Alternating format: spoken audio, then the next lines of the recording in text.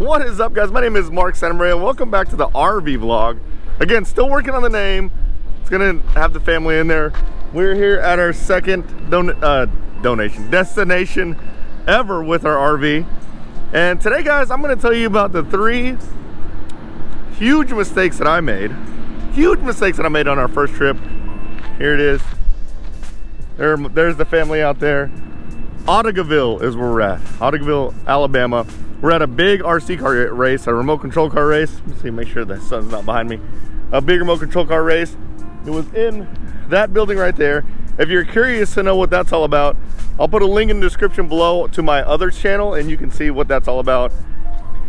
It was a great time. But anyways, let's talk about the 3 big mistakes I made. All right, I'm gonna introduce you to the family. Evan, say something. Ethan. Hi. That's Evan Ethan. Actually, you see how he's holding a cast, or he has a cast in a sling? There's a reason for that. He actually broke his arm on this trip, playing with a whole bunch of kids on the hay bales. And yeah, he got hurt. All right, sorry. I digress. Let's talk about the 3 big mistakes we made. The first huge mistake we made is whenever we bought the RV, you know, we're all happy. We go and we take off. We're driving. We get to the first place. We're using all the facilities, the bathroom, everything. And we're like, man, this is awesome. Like, we have our own bathroom with us. We have our own gray water tank. Like, we do whatever we want. And then I was like, okay, let me go prepare to do my first black tank dump. Well, apparently when I left the dealership, they actually did not. They did not put the, they didn't close the valves. They didn't close the, I guess after you buy it, they open the valves. So what I mean by that is I basically had the black tank open and the gray tank open. One of my gray tanks and my black tank open, and we were using it.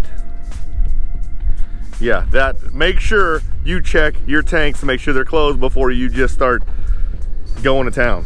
Yeah, it sucked really bad. Basically, I had to switch the hose, pull the cap off, put the hose on real quick, and try not to get, no pun intended, crap all over my hands. It was a complete mess.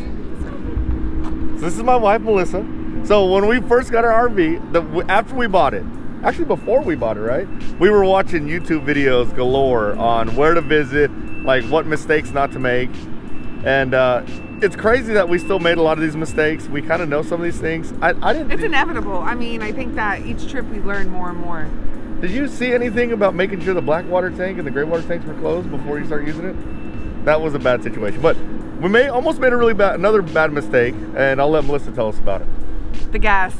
It was kind of funny because we didn't realize that gas in the truck runs really quick. So next thing you know, we're at 100 miles, 50 miles, no gas station. Yeah, because it says, like, I guess your truck thinks it gets a certain amount of gas mileage. So when it says that you have 100 miles left on the range, you don't have 100 miles left on the range. No. Like, it goes down really fast.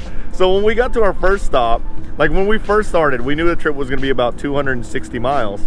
And then we knew, like, our tank, it said we had about 400 miles for the tank. Yeah. So like, oh, we can easily make it. We started getting close, we're like, man, it's like just going down like crazy. And when we got to our first stop at 260 miles, we had 5 miles left. It says 5 miles left on the range tank. Oh my gosh. It was late at night. It's 12 o'clock at night, and it was bad. No gas station. Every gas station we pulled up, we either couldn't fit or all the pumps were That's shut right. off. You can't just stop at any gas station like you're used to on a regular car. Especially at night. Especially at night. Yeah. We actually pulled up to one diesel station and the diesel pumps were closed. Like, you have to find like truck stops. So now what we do is we map out, Melissa maps out when our next stop is, and we know we can only get about 260 miles per tank. So we do about 150 and then we start finding the next stop. We're learning. that was scary because this was like, what, midnight? Yeah. It was midnight. We're like, we're gonna run out of gas. The funny thing is, you usually don't risk it, but I think you really relied on how much it said we had left, but it did. It goes by quick. Super quick. So don't make that mistake. It was a bad one. Yeah. I started watching some playback. My hair is all, this is RV Mark.